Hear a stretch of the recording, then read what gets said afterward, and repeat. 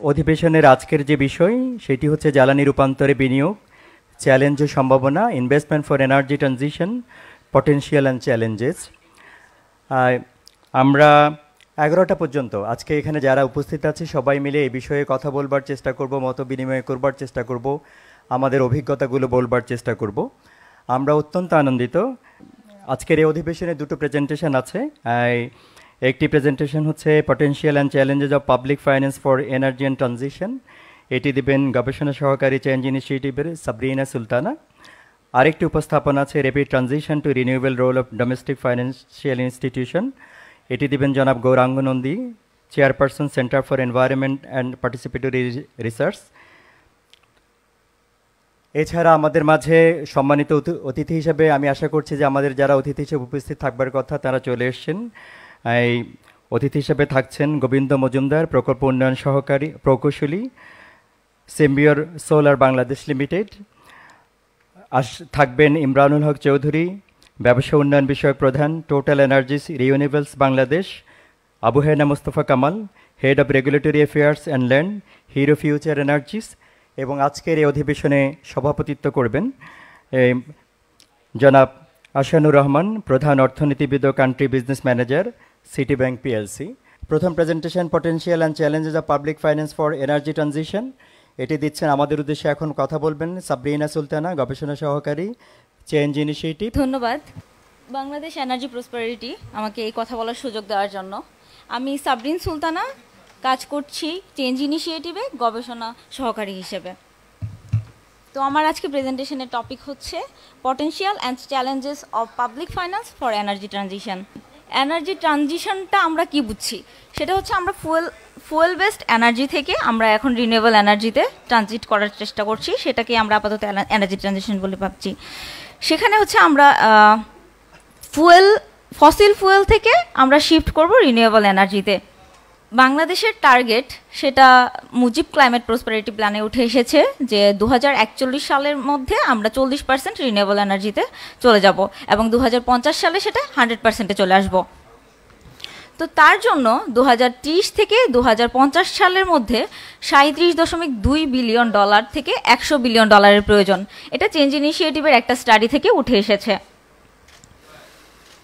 তো এই লক্ষ্য রেখে এখন পর্যন্ত বাংলাদেশ 4.65% এনার্জি মিক্স হচ্ছে জেনারেট করতে পেরেছে। তো 2016 থেকে 2022 পর্যন্ত বাংলাদেশ $6.7 বিলিয়ন এখন পর্যন্ত ন্যাশনাল এবং ইন্টারন্যাশনাল সোর্সগুলো থেকে জেনারেট করতে পেরেছে। তো রিনিউয়েবল সেক্টরে প্রাইভেট সেক্টরের অবদান অনেক বেশি।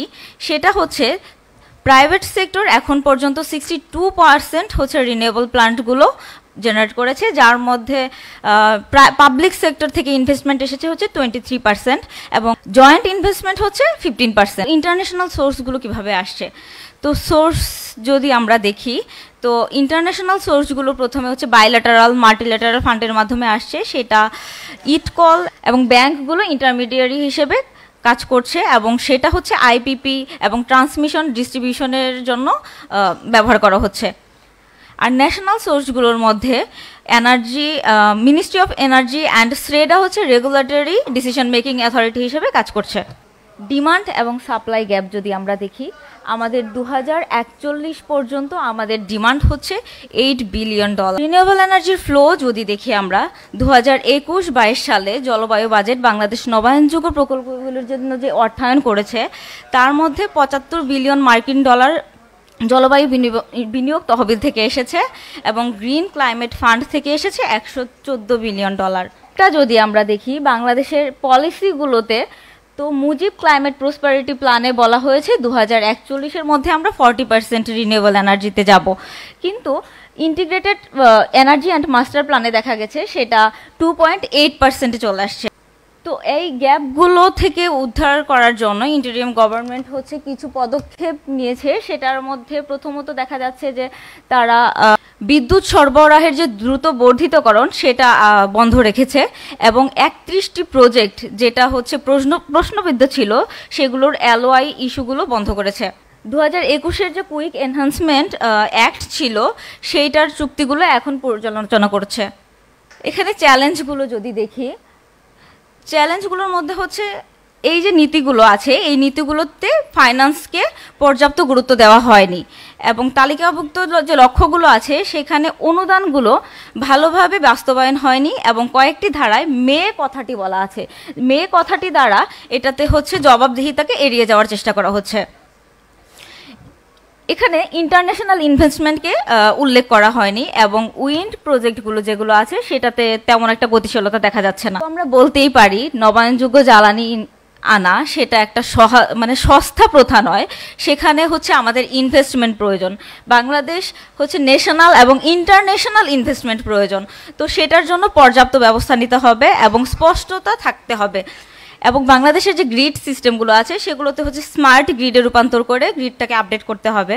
বাংলাদেশের বড় চ্যালেঞ্জ হচ্ছে ইনভেস্টমেন্ট, সেটাতে বাংলাদেশ অলরেডি ডেট বার্ডেনে পড়ে আছে।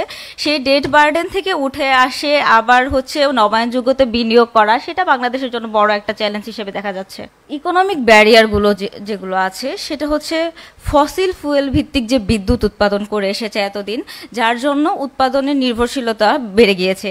এটার জন্য একটা আর্থিক বোঝা বাংলাদেশের উপর পড়েছে, এবং নবায়নযোগ্য জ্বালানিতে ভর্তুকি এবং অতিরিক্ত চার্জের জন্য বাংলাদেশ এই বার্ডেনে পড়েছে। তো ফাইন্যান্সিং মেকানিজমটা কেমন হইতে পারে? গ্রিন বন্ডের মাধ্যমে, যেমন ফাইন্যান্সিং রিনিউয়েবল এনার্জিগুলোতে যদি গ্রিন বন্ডের ব্যবস্থা করা হয়, যেমন ইন্ডিয়া করেছিল। ইন্ডিয়া হচ্ছে 10 বিলিয়ন গ্রিন বন্ড প্রোগ্রাম করেছে এটা, এবং সাকসেসফুলি তারা হচ্ছে হ্যান্ডেল করতে পেরেছে। সো বাংলাদেশ যদি গ্রিন বন্ডের ব্যবস্থা করে তাহলে এই প্রবলেমটা থেকে কিছুটা হলে উতরানো সম্ভব।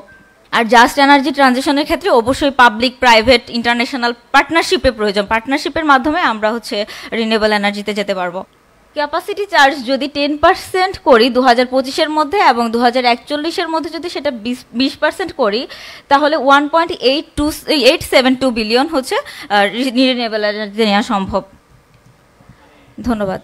অনেক ধন্যবাদ সাবরিন সুলতানা তার উপস্থাপনার জন্য, এবং বিশেষ ধন্যবাদ হচ্ছে নির্দিষ্ট সময়ের মধ্যে থাকবার জন্য। আমি এই পর্যায়ে আমাদের আজকের দ্বিতীয় উপস্থাপক জনাব গৌরাঙ্গ নন্দী, উনি কথা বলবেন rapid transition to renewable roles of domestic financial institutions এই বিষয়ে।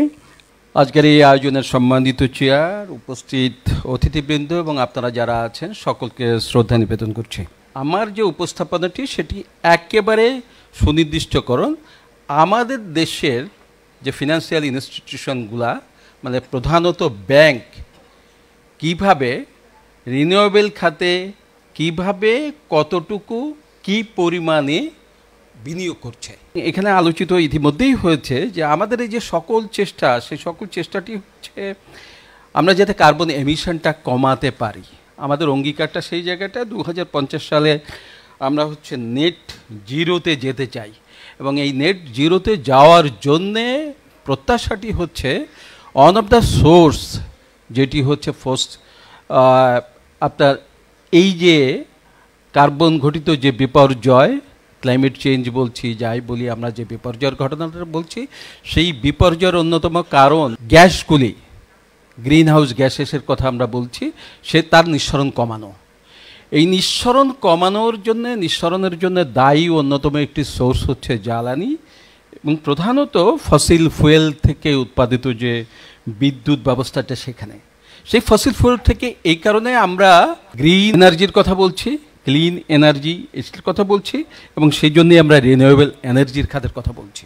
এই যে কমিটমেন্ট, এই কমিটমেন্টের একেবারেই যেটি প্যারিস এগ্রিমেন্ট থেকে শুরু হয়েছে, প্যারিস এগ্রিমেন্ট থেকে বাংলাদেশও একটা কমিটমেন্ট করেছে। যদিও বাংলাদেশ এই যে জলবায়ু পরিবর্তন বলি বা গ্রিন হাউস গ্যাস এমিশনের ক্ষেত্রে সেরকম বিন্দুমাত্র দায়ী নয়, তারপরেও কিন্তু বাংলাদেশের একটি অঙ্গীকার আছে। সেই অঙ্গীকারের প্রেক্ষাপটে যে লক্ষ্যমাত্রা, সেই লক্ষ্যমাত্রাই হচ্ছে 2025 সালের মধ্যে আমরা 10% রিনিউয়েবল এনার্জিতে যেতে চাই। 2041 সালের মধ্যে আমাদের লক্ষ্যমাত্রা হচ্ছে 40%, এবং 2025 সালের মধ্যেই গ্লোবাল যে টার্গেট, সেই টার্গেটের সাথেই আমরা 100% রিনিউয়েবলে যেতে চাই।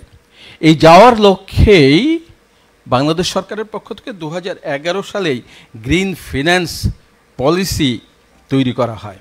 সেই গ্রিন ফিন্যান্স পলিসির আওতায় আমাদের দেশের ব্যাংকগুলো গ্রিন পলিসি ডেভেলপ করেছে, এবং সেই গ্রিন পলিসির আওতায় বিনিয়োগও হচ্ছে। সেই বিনিয়োগের যেটি হচ্ছে একটা লক্ষ্যমাত্রাও সেন্ট্রাল ব্যাংক মানে বাংলাদেশ ব্যাংক নির্ধারণ করে দিয়ে থাকে যে কতক্ষণিক টোটাল যে ক্রেডিট যাবে লোন যাবে তার মধ্যে কতটুকু গ্রিন ফিন্যান্সের ক্ষেত্রে যাওয়া হবে, যদিও সেটা খুব রিনিউয়েবল এনার্জি খাতে কতটুকু যাবে সেরকম কোনো সুনির্দিষ্ট লক্ষ্যমাত্রা এখনও পর্যন্ত কিছু নেই। যে আমরা 893 মেগাওয়াট বিদ্যুৎ এখন পাচ্ছি রিনিউয়েবল খাত থেকে, যেটা 3.2% মতো। বিনিয়োগটা যে হারে হচ্ছে সেই বিনিয়োগ যদি এইরকম হারে হতে থাকে তাহলে যে 2025 সালের যে লক্ষ্যমাত্রা 10% সেটা আমরা অর্জন করতে পারবো না, কারণ 2025 সাল আমরা জানি মাত্র 1 বছর সময় আছে, এবং এই ধারা যদি চলতে থাকে তাহলে 2030 বা 2041 সালেরও যে টার্গেট সেই টার্গেটও আমরা ফুলফিল করতে পারবো না। তবে আসার কথাটা যে আমরা যে শাসন ব্যবস্থার মধ্যে দিয়ে চলছিলাম সেই শাসন ব্যবস্থার একটা পরিবর্তন হয়েছে। এখন অন্তর্বর্তীকালীন সরকার দায়িত্ব পালন করছেন, তিনি সেই সরকারের পক্ষ থেকে বেশ কিছু উদ্যোগ নেওয়া হয়েছে। আমি সেগুলো খুব রিপিটেশন হবে খানিকটা বলে এই জন্যে যাচ্ছে না ওর মধ্যে। তার মধ্যে আমাদের সাম্প্রতিক একটি স্টাডি যেটা CEPR এবং ক্লিন যৌথভাবে করেছিল, তা থেকে দেখা গেছে যে আমরা যদি 2025 সালের মধ্যেও 10%-এর যে টার্গেট, তার মানে 3243 মেগাওয়াট বিদ্যুৎ যদি রিনিউয়েবল সোর্স থেকে আমরা পেতে চাই তাহলে বিনিয়োগের প্রয়োজন হবে 24,303 কোটি টাকা। আর যদি এইটা 30%-এর টার্গেট যেটা 2030 সালের মধ্যে যদি আমরা পেতে চাই 11,600 মেগাওয়াট বিদ্যুৎ রিনিউয়েবল খাত থেকে, সেটা যদি পেতে চাই তাহলে আমাদের বিনিয়োগ করতে হবে 87,657 কোটি টাকা। এখন যদি আমরা এই বিনিয়োগের অবস্থাটা বর্তমান দেখি তাহলে আমরা দেখতে পাই যে আমাদের দেশে যে কমার্শিয়াল ব্যাংক আছে 64টি, তার মধ্যে 6টা একেবারে সরকারি মালিকানায়, 43টা ব্যক্তিগত মালিকানায় প্রাইভেট মালিকানায়, 4টা স্পেশাল ব্যাংক, 9টা ফরেন কমার্শিয়াল ব্যাংক। এরা যে বিনিয়োগটি করছে সেই বিনিয়োগটি ওই যে শুরুতে যেটি বলেছিলাম গ্রিন ফিন্যান্সিংয়ের আওতায় বিনিয়োগটি হচ্ছে। আমরা যে গবেষণাটা বা যে অনুসন্ধান কার্যক্রমটি করি এর মাধ্যমে তার মধ্যে আমরা দেখতে পেয়েছি যে যেটি উল্লেখ করেছিলাম যে গ্রিন পলিসি আছে, বাংলাদেশ ব্যাংক বলেছে, সেই জন্যে ব্যাংকগুলো অনুসরণ করে চলেছে। কিন্তু ইন্টারেস্টিংলি আমরা গ্রিন ব্যাংকিংয়ের বেলায় যেটি দেখেছি ব্যাংকগুলোর open source that is annual report থেকে যে অ্যাভেলেবল যে সোর্স সেখান থেকে আমরা দেখেছি যে মোট 8টি খাতে গ্রিন ফিন্যান্সিংয়ের আওতায় বিনিয়োগ করা হয়। তার একটি হলো রিনিউয়েবল এনার্জি, একটা এনার্জি অ্যান্ড রিসোর্স এফিসিয়েন্সি, একটা অল্টারনেটিভ এনার্জি, একটা লিকুইড ওয়েস্ট ম্যানেজমেন্ট, একটা solid waste management, circular economy and eco project financing, environment friendly break production. আপনারা নামগুলো শুনলেই বুঝতে পারবেন যে শুধুমাত্র রিনিউয়েবল এনার্জি একটি ছোট্ট খাত, অন্যান্য যে খাতগুলি আছে এবং বিশেষত এই যে লিকুইড ওয়েস্ট ম্যানেজমেন্ট বা কারখানা থেকে যাতে দূষিত বর্জ্য বেরোতে না পারে সেই ধরনের কার্যক্রম, এটা যতটা এনভায়রনমেন্ট ফ্রেন্ডলি কিন্তু ততটা কিন্তু রিনিউয়েবলের সাথে সম্পর্কযুক্ত না। এবং যে বিনিয়োগটা হচ্ছে সেই বিনিয়োগের যেটি একটা ক্ষুদ্র অংশ হচ্ছে রিনিউয়েবল এনার্জি খাতে বিনিয়োগটি হচ্ছে। আমাদের স্টাডি ফাইন্ডিংসটা বলছে যে বাংলাদেশ ব্যাংকের রিপোর্ট যেটি করছে সেটা হলো 36টা ব্যাংক 64টি ব্যাংকের মধ্যে, তার মানে 56% তারা কিন্তু গ্রিন ফিন্যান্সিং করছে। এবং ওই গ্রিন ফিন্যান্সিংয়ের ক্ষুদ্রতম একটা পয়েন্ট আমি একাধিকবার উচ্চারণ করেছি, সেটা হচ্ছে রিনিউয়েবল এনার্জি খাতে যাচ্ছে। বাংলাদেশ ব্যাংক যেমন গ্রিন ফিন্যান্সিং পলিসি করেছে তেমনি সুনির্দিষ্টভাবে রিনিউয়েবল এনার্জি খাতের একটা আলাদা পলিসি নির্ধারণ করতে পারে। এবং গ্রিন ফিন্যান্সিং যেটা মাইক্রোফিন্যান্স ইনস্টিটিউশনগুলো যা এই প্রতিষ্ঠানগুলো আছে তারাও যাতে এই রিনিউয়েবল খাতে বিনিয়োগটা করতে পারে সেই ধরনের সুনির্দিষ্ট একটি নীতিমালা বা গাইডলাইন থাকতে পারে। আর যে জিনিসটি বলা হচ্ছে বারবার যে EIA, SIA, gender action plan, এই যে বিষয়গুলি আছে তার সাথেও আমরা যাতে স্বতঃস্ফূর্তভাবে মানুষ যাতে এই বিনিয়োগে এগিয়ে আসতে পারে এবং নিজে বিদ্যুৎকে নিজের করে তুলতে পারে, নিজে উৎপাদন করে স্বয়ংসম্পূর্ণ হতে পারে, আবার সে প্রয়োজনে বিক্রি করতে পারে, আবার দিতেও পারে। যেমন একজন মানুষ যদি তার রুফটপে সোলার স্টেশন একটি বসিয়ে সে যে পরিমাণ বিদ্যুৎ তৈরি করলো, সে বিদ্যুৎটা তার নিজের যতটুকু প্রয়োজন হচ্ছে সে তেমন ব্যবহার করবে, সে যাতে বাড়তি বিদ্যুৎ আবার বিক্রিও করতে পারে। তার জন্য গ্রিড লাইনের সাথে যে সম্পৃক্ততা, নেট মিটারিং যে পদ্ধতি, সেই পদ্ধতিটি আরও উন্নততর করা যেতে পারে। এই ধরনের আমরা 8-9টা সুপারিশমালা উপস্থাপন করেছি। সকলকেই ধন্যবাদ এবং শ্রদ্ধা জানিয়ে আমার কথা শেষ করছি। আমি এই পর্যায়ে আলোচনা রাখবার জন্য অনুরোধ করছি আমাদের আজকের সম্মানিত অতিথি ইমরানুল হক চৌধুরী, ব্যবস্থাপনা উন্নয়ন বিষয়ক প্রধান, Total Energy Renewables Bangladesh. Thank you. বাংলাদেশে আমাদের পথ চলা আসলে 20 বছর আগে থেকে। আমরা যখন এখানে এলপিজি, আপনারা হয়তো টোটাল এলপিজি নাম শুনবেন, এলপিজি বিজনেস দিয়ে আমাদের শুরু করা, তারপর ধীরে ধীরে আমরা এলএনজি, গভর্নমেন্টকে এলএনজি সাপ্লাই দিচ্ছি এবং রিনিউয়েবলও দিচ্ছি। সো রিনিউয়েবল এনার্জিতে আমাদের পোর্টফোলিও হচ্ছে, আমরা গভর্নমেন্টের কাছ থেকে একটা 50 মেগাওয়াটের লেটার অফ ইন্টেন্ট পাই 2022 সালে, যেটা এখন বর্তমানে আসলে কাইন্ড অফ একটু ক্লোজ টু ডেড বা টার্মিনেট বলা যায়, যেহেতু ভাই বললো যে গভর্নমেন্ট আগের সরকারের এলওয়াইগুলো নিয়ে কাজ করছেন এবং আরেকটা 100 মেগাওয়াট প্রজেক্ট আমরা ট্যারিফ অ্যাপ্রুভ পেয়েছি। সো আমি একটু প্রাইভেট সেক্টর ইনভেস্টমেন্ট বা আমি যেহেতু একটা ফরেন কোম্পানিতে কাজ করছি ওই পয়েন্ট অফ ভিউ থেকে বলি যে আমি যখন এই ইন্ডাস্ট্রিতে কাজ শুরু করি 2010-এ, সো তখন আসলে সোলার হোম সিস্টেম হচ্ছে অনেক বড় প্রজেক্ট ছিল, মানে একটা 10 ওয়াট বা 20 ওয়াটের প্রজেক্টই অনেক বড় মনে হতো। বাট এখন আমি মানে এই জন্য আমি নিজেকে লাকি মনে করি যে আমি হয়তো পুরো একটা ট্রানজিশন দেখেছি, যে এই সোলার হোম সিস্টেম, দেন রুফটপ, এখন মেগাওয়াট পিকের প্রজেক্টগুলোতে কাজ করছি। সো আমার কাছে যেটা মনে হয় যে আমাদের আগামী দিনগুলোতে কুইক এবং স্মুথ এনার্জি ট্রানজিশনের জন্য বোথ পাবলিক এবং প্রাইভেট একটা পারফেক্ট কম্বিনেশন দরকার।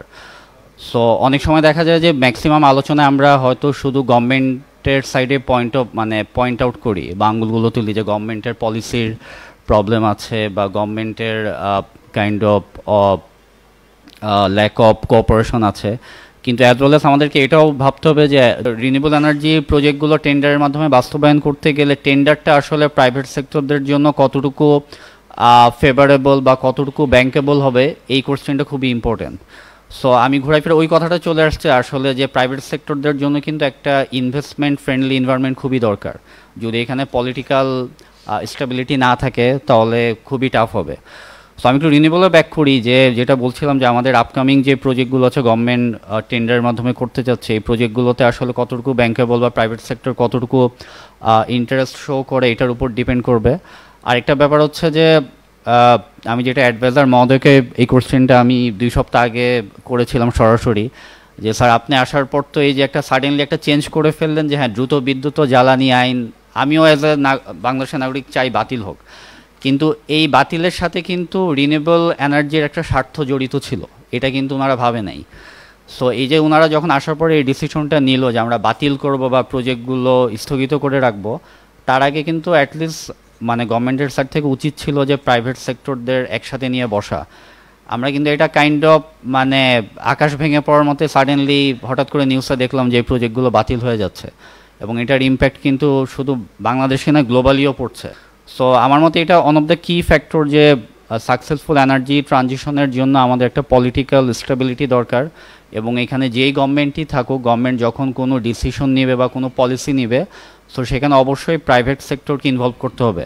আমি যদি বলি আমাদের দেশে যেসব প্রিভিয়াস পলিসি নেওয়া হয়েছে, আইএমপি প্ল্যান বা যেটাই হোক, এখানে কিন্তু ম্যাক্সিমাম সময় দেখা যাচ্ছে গভর্নমেন্টের সাথে আসলে কাইন্ড অফ হয়তো একাডেমিক যারা আছে বা প্রফেসর যারা আছে তারাই থাকছে, কিন্তু এখানে কিন্তু আসলে মেইন ইনভেস্টমেন্ট কিন্তু প্রাইভেট সেক্টর থেকে আসছে। সো প্রাইভেট সেক্টরদের অপিনিয়ন যদি না হয় তাহলে কিন্তু আগামী দিনগুলোতেও দেখা যাবে যে আসলে ওই কাগজ কলমেই পলিসি হচ্ছে কিন্তু ওইগুলো ইমপ্লিমেন্ট হচ্ছে না।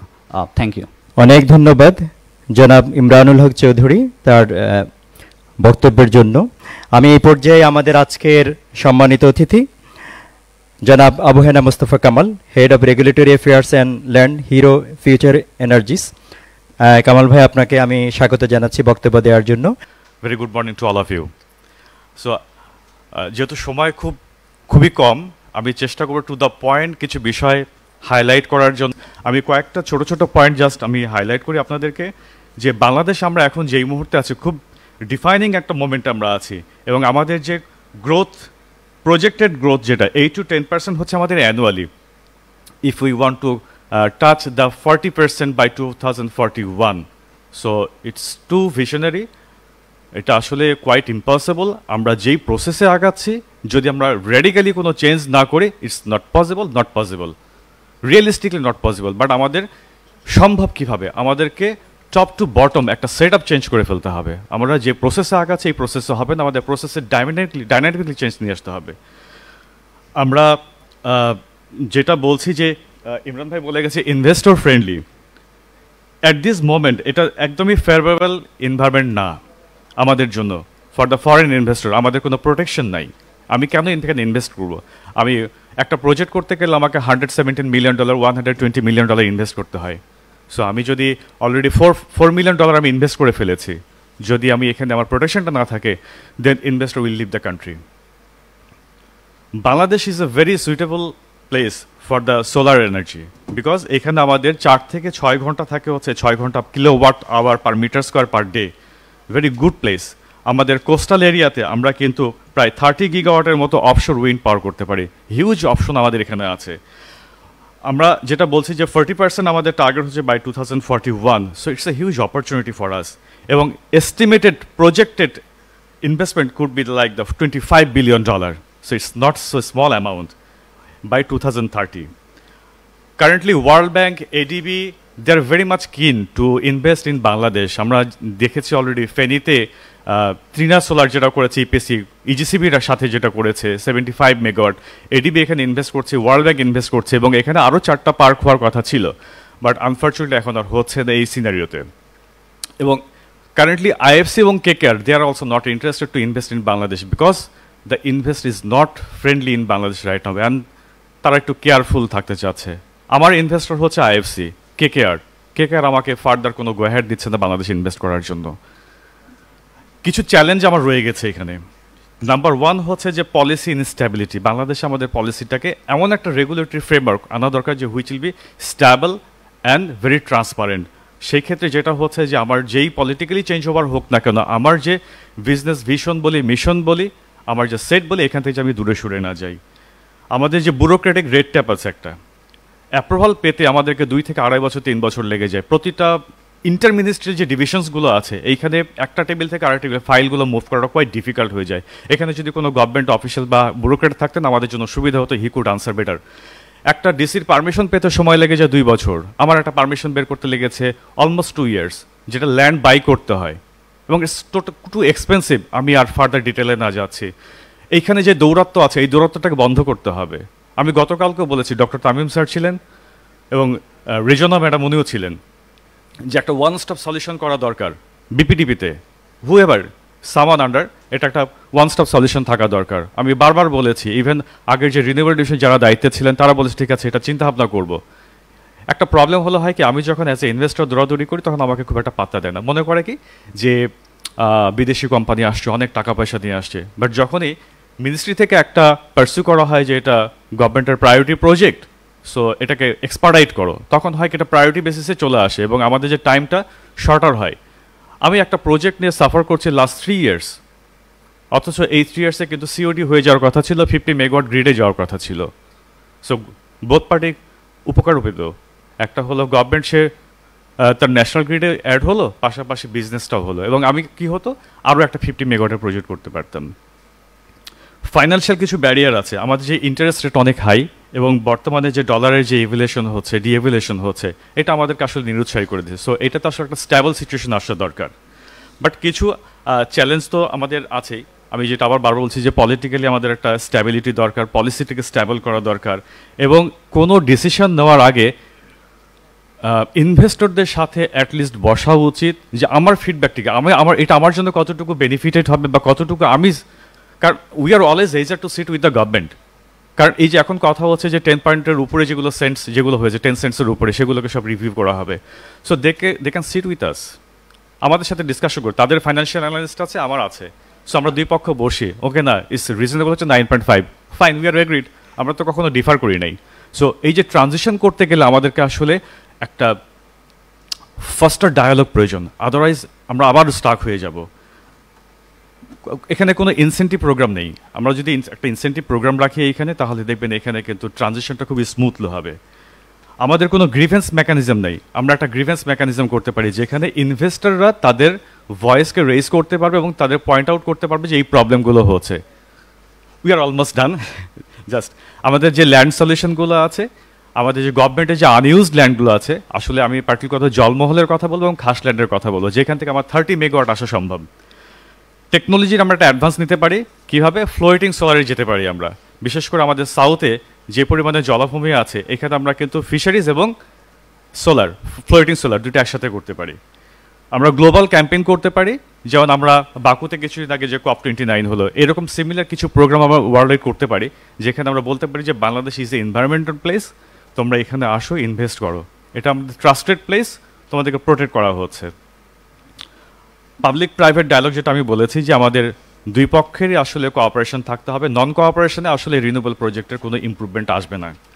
সো এই যে চ্যালেঞ্জেসগুলো বললাম এবং রিকমেন্ডেশন আমি বলছি, আসলে একে অন্যের সাথে বসেই আমাদেরকে বাংলাদেশের যে স্ট্যান্ড পয়েন্টটাকে এটাকে রিস্টোর করা এবং একসাথে কাজ করতে হবে। তাহলে আসলে যে আজকে যে ভিশনে আমরা আগাচ্ছি, যে ট্রানজিশন ফসিল ফুয়েল থেকে আমরা যে রিনিউয়েবলে আসবো, তখন এটা সম্ভব হবে। Thank you. অনেক ধন্যবাদ কামাল ভাই। আমরা এরপর একেবারে শেষ পর্যায়ে এসেছি, আমাদের আজকের এই সম্মানিত সভাপতির বক্তব্য শুনব।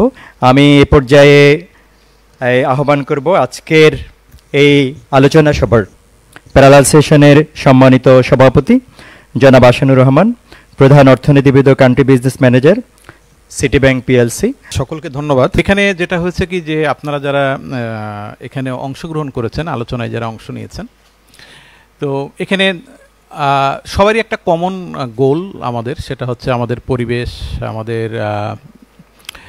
ট্রানজিশন টু রিনিউয়েবল এনার্জি, এটা আমাদের ফোকাস। যদি আমাদের ধরেন প্রত্যেকেরই ভিন্ন ভিন্ন উদ্দেশ্য আছে, লক্ষ্য আছে, সেটা থাকে। এখন আর পরিবেশ বিষয়টা নিয়ে যখন আমরা কথা বলি, ক্লাইমেট নিয়ে যখন কথা বলি, এত পরস্পর বিরোধী বিষয় থাকে, স্বার্থর ব্যাপার থাকে। যেমন একটু ছোট্ট করে বলি, যে ধরেন গ্রিন পিস এরা তিমি হত্যার বিরোধিতা করে গ্লোবালি, এবং এটা ফান্ডিং করে আমেরিকা। এখন এরা আবার হাঙর হত্যার বিরোধিতা করে না। এখন যেমন ধরেন ডিপ ইকোলজিস্টরা, তারা এখন আমেরিকাতে যদি ধরেন ল্যাটিন আমেরিকার লোকজনেরা যে আসে, অভিবাসন হয় তার বিরুদ্ধে, কারণ আমেরিকার পরিবেশ নষ্ট হবে। আবার এরাই কিন্তু দেখা যাচ্ছে মনে করেন যে আফ্রিকার কোনো দেশে ফড়িং মারা যাচ্ছে কিনা সেটা নিয়ে খুব সোচ্চার, অথচ মানুষ মারা যাচ্ছে ল্যাটিন আমেরিকার, তারা আমেরিকায় আসতে চাই, হ্যাঁ, গরিব মানুষ। তো এখন এই পরিবেশ নিয়ে, ক্লাইমেট নিয়ে বা এই ধরনের বিষয়গুলো নিয়ে কথা বলতে গেলে এরকম পরস্পর বিরোধী অনেক বিষয় চলে আসে আর কি। তো সেরকম একটা জায়গায় এখানে দাঁড়িয়ে আমি ব্যাংকের পক্ষ থেকে কথা বলছি, এখানে বেসিক্যালি মূল ইস্যুটা ফাইন্যান্সিং। আমি দুই একটা পয়েন্ট বলে আমি আমার বক্তব্য শেষ করব। তো এখন ধরেন যেটা আপনারা তো এখানে অনেক নাম্বার নিয়ে কথা হয়েছে, আমি নাম্বারগুলো নিয়ে এত বেশি আর না বলি, কারণ হচ্ছে যে দুজন প্রেজেন্টার তারাও অনেক নাম্বার নিয়ে কথা বলেছেন। তারপরও দুই একটা বিষয়, যে আমরা আসলে যে এই যে গ্রিন হাউস যে এমিশন, এবং সেটার এই যে আমাদের এনার্জি সেক্টরের, পার্টিকুলারলি ফসিল এনার্জির কন্ট্রিবিউশনটা কিন্তু 73%। তো আমরা ট্রানজিশনটা কেন চাচ্ছি, সেটা স্বাভাবিকভাবে অনুমেয় যে আমরা কেন ট্রানজিশন চাই, আর আমরা রিনিউয়েবল এনার্জিতে কেন যেতে চাই। এখন এনাম সাহেব উনি বললেন যে আমাদের প্রোগ্রেসটা কত, এবং যে রেটে আমরা হাঁটছি, আমরা 2041-এ আমাদের যে টার্গেট, যে আমরা 40% আমরা রিনিউয়েবল এনার্জি করব, সেই টার্গেটে আসলে আমরা কখনোই পৌঁছাতে পারবো না। এবং সে জায়গা থেকে যেটা মনে হয় যে আমরা অনেক রকম কমিটমেন্ট অনেক জায়গায় করি, কিছু ফান্ড টান্ড আমরা পেতে চাই, সেগুলোও হয়তো ইস্যু থাকে, কিন্তু আলটিমেটলি হয় কি, যে এটার জন্য যে সিরিয়াসনেস, সেগুলোর আমরা অভাব দেখি, পলিসি মেকারদের মধ্যে অভাব দেখি। আমাদের সরকারের বা যারা স্টেক হোল্ডার তাদের মধ্যেও আসলে আমরা সেই উদ্যোগগুলোর ঘাটতি দেখি পরবর্তীকালে। এখন যেটা হয়েছে যে আমাদের এখানে যে চিত্রটা যে লেস দেন 5% হচ্ছে রিনিউয়েবল এনার্জি এবং এখানে 52% হচ্ছে আমাদের যেটা ন্যাচারাল গ্যাস এবং কোল থেকে আসতেছে 37%, সো ইটস হিউজ। তো এখন ইকোনমিক যে বেনিফিট আর আসপেক্টের জায়গা থেকে যদি বলি সেটা হচ্ছে যে বলা হচ্ছে যে এই ক্লাইমেট চেঞ্জের কারণে আমরা আমাদের জিডিপির 1.5% কিন্তু আমরা লুজ করি annually, so it's a huge. এবং শুধুমাত্র এয়ার পলিউশনের জন্য বাংলাদেশে বলা হচ্ছে যে অ্যারাউন্ড $3 বিলিয়ন খরচ হয় মানে এই চিকিৎসা বা এই ধরনের কস্টিংয়ের কারণে। তাহলে চিন্তা করে দেখি যে $3 বিলিয়ন যে কস্টিং হয়, কিন্তু এয়ার পলিউশনের জন্য আসলে আমরা কি উদ্যোগ নিই বা কি উদ্যোগ আমাদের আছে? সত্যিকার অর্থে কোনো উদ্যোগ তেমন কোনো চোখে পড়ে না। আবার যেটা হচ্ছে কি যে ফসিল যে অয়েল এটা ইম্পোর্ট করার জন্য অ্যারাউন্ড $4 বিলিয়ন আমরা অ্যানুয়ালি খরচ করছি। তো এখন আমরা যদি রিনিউয়েবল এনার্জিতে যাই বা এই ট্রান্সমিশনটা ঘটে তাহলে আমার তো ইম্পোর্ট কস্ট বা এই যে ফুয়েল এনার্জি কস্টটাও কম পড়ে, এটার উপরে চাপ কম পড়ে, তো বেনিফিট অনেক। একই সাথে যদি বলি রিনিউয়েবল এনার্জি যদি আমরা ট্রানজিশনের কথা বলি তাহলে এই মুহূর্তে সুযোগ আছে প্রায় 1 থেকে 1.5 লক্ষ লোকের কর্মসংস্থানের, তো সেটা একটা বড় ব্যাপার। আরেকটা হচ্ছে যে এই আমরা যদি এই কার্বন ডাই অক্সাইড এটা বা এই এমিশনটা যদি কমাতে চাই আর শুধুমাত্র রিনিউয়েবল এনার্জি এটা যদি আমরা ব্যবহার করি তাহলে 15 থেকে 20 million ton carbon die oxide এটা কিন্তু মিনিমাইজ করার সুযোগ আছে এবং যেটা আমরা committed as per Paris agreement. তো এখন এই জায়গায় দাঁড়িয়ে আমরা যখন কথা বলছি তখন আমরা আলোচনায় আমাদের এসছে যে financing is a big issue এবং আমি বলেছি যে প্রবলেমগুলো কোথায় হয়। ব্যাংকার অ্যাজ এ ব্যাংকার আমরা আসলে ফাইন্যান্সিং কেন করতে চাই না বা করতে অনুৎসাহিত বোধ করি কেন? আপনারা সাকসেস স্টোরিতে বা হোম সোলার সিস্টেমে আমরা ইটকলের কথা আপনারা সবাই বলবেন, আমরা গুগল করলে ইন্টারনেট ঘাটলে ইটকলের কথা আসে, কিন্তু আপনারা যদি রিয়েলি দেখেন যে ইটকল আসলে যে ইয়েটা ফাইন্যান্সিংটা করেছে they got money from as a grant এবং তারা যে পার্টনারদেরকে দিয়ে যাদেরকে দিয়ে আসলে এই হোম সোলার সিস্টেম প্রজেক্টটা বাস্তবায়ন করেছে, আপনি যদি রিটার্নের অর্থ যদি বলেন এই টাকাটা কিন্তু ফেরত আসে নাই। হ্যাঁ, তো এখন ধরেন ব্যাংকিং পয়েন্ট অফ থেকে চিন্তা করেন আমরা হচ্ছে আপনারা ইনভেস্ট করব, এখন সেই ইনভেস্টমেন্টটা তো আমি চাইবো ফেরত নিতে, কেন চাইবো? কারণ টাকাটা তো আসলে জনগণের, পাবলিকের, ডিপোজিটরদের মানি। তো basically bank is the purveyor of public money, আমরা পাবলিক জনগণের টাকার আমানতকারী, তো সেটা তো আমাদের রক্ষার দায়িত্ব আছে, সেটা একটা রিটার্নেরও প্রয়োজন আছে। তো এখন পার্টিকুলারলি এই যে ধরেন রুফটপ সোলার ইয়েতে চ্যালেঞ্জগুলো ব্যাংকগুলো কেন যেতে চাচ্ছে না? একটা তো হচ্ছে পলিসি প্রবলেম আছে, আমি বলছিলাম যে কনজিউমার লোন গাইডলাইনে এখন 70% ইকুইটি দিতে হবে ইন্ডিভিজুয়ালকে, তো তার পক্ষে তো এটা দেওয়া সম্ভব না। আবার কস্টিংয়ের কথা যদি চিন্তা করেন, আপনি 1 মেগাওয়াট সোলার পাওয়ার এটা যদি জেনারেট করতে হয় 4 থেকে 5 কোটি টাকা খরচ হয়, তো সেটা তো সম্ভব না একজন ইন্ডিভিজুয়ালের পক্ষে এই পরিমাণ ইনভেস্ট করা। তো আবার এখানে কথা হচ্ছিল পে ব্যাক পিরিয়ড, যে দেখা যাচ্ছে যে 12 থেকে 15 বছর লাগে একটা এটা ইয়ে করতে, পে ব্যাক হতে, তো ব্যাংক তো এত লম্বা সময়ের জন্য লেন্ডিং করতে চায় না। তো এখানে এই সব কিছু মিলায়ে যেটা হয় যে লটস অফ চ্যালেঞ্জেস এবং ইট ইজ অলসো আইডেন্টিফাইড, আমরা জানি আসলে চ্যালেঞ্জগুলো কোথায়। এখন 1 বাই 1 এটা আমাদের ক্র্যাশ করার টাইম এসছে। আমাদের ব্যাংকাররা আমরা রেসপন্সিবল হব, এটা যেমন একটা দিক, পলিসি মেকাররা আমাদের পলিসি সাপোর্ট দেবেন সেটা একটা দিক, এবং আপনারাও কিন্তু একটা প্রেশার গ্রুপ হিসেবে কাজ করতে পারেন। এবং এই যে ইন্ডিভিজুয়াল রুফটপ সোলারের ক্ষেত্রে যেটা হয়, যেখানে যারা এই সলিউশনগুলো দেন তারা যদি ব্যাংকের সাথে পার্টনারশিপে আসেন এবং আপনারা যদি বলেন যে এই যে লেন্ডিংটা আমরা করব তার কালেকশানের দায়িত্বটা নেবেন, কারণ collection is a big issue, এবং একজন ব্যাংকারদের পক্ষে কিন্তু ওই ইন্ডিভিজুয়াল তার কাছে গিয়ে ওই লোনের কিস্তি আদায় করাটা সহজ নয়। কিন্তু আবার কালেকশান ছাড়া কিন্তু যে কোনো এই ধরনের লেন্ডিং বা এই ধরনের জিনিসগুলো কিন্তু ফেল করে। তো আপনারা যদি ধরেন এই ধরনের একটা উদ্যোগের মধ্যে আসে, যেমন আমরা অনেক কিছুই এখন পার্টনারশিপে যাচ্ছি, আপনারা জানেন যে এগ্রি লোনে আমরা আই ফার্মার কিংবা ধরেন উইগ্রো এ ধরনের প্রতিষ্ঠানের সাথে কিন্তু আমরা সিনজেন্টা তাদের সাথে কিন্তু ব্যাঙ্কগুলো পার্টনারশিপে যাচ্ছে এবং they are taking some responsibility to collect the money from the farmers. So এই ধরনের উদ্যোগগুলো আমরা নিতে পারি, জয়েন্টলি আমরা কোলাবোরেট করতে পারি। এবং from Citibank what we are thinking right now, we are designing A product for rooftop solar, কারণ আমাদের স্পেসিফিক কোনো প্রোডাক্ট নাই। এখন যদি আমরা এই প্রোডাক্টটা তৈরি করি এবং আমরা বাংলাদেশ ব্যাংকের কাছে আমরা এই প্রোডাক্টটা স্পেশালি নিয়ে যাব এবং কনজিউমার গাইডলাইনের আন্ডারে এটাকে না ফেলে এটা সেপারেট প্রোডাক্ট হিসেবে তারা যাতে আমাদেরকে এই আন্ডার দ্য গ্রিন ফাইন্যান্স বা গ্রিন এই সাস্টেনেবল ফাইন্যান্সের আন্ডারে তারা যাতে আমাদেরকে এটা অনুমোদন দেন। তো এই ধরনের উদ্যোগগুলো আমরা নেওয়ার চেষ্টা করছি এবং আপনাদেরও সহযোগিতা লাগবে এবং আমরা আসলে জয়েন্টলি কাজ করব এবং সরকারও আমাদের সাথে থাকবেন সেই আশা করছি। এবং আজকের আলোচকরা যে কথাগুলো বলেছেন আমি সংক্ষেপে দুই একটা কথা বলে সেটা শেষ করি। সেটা হচ্ছে যে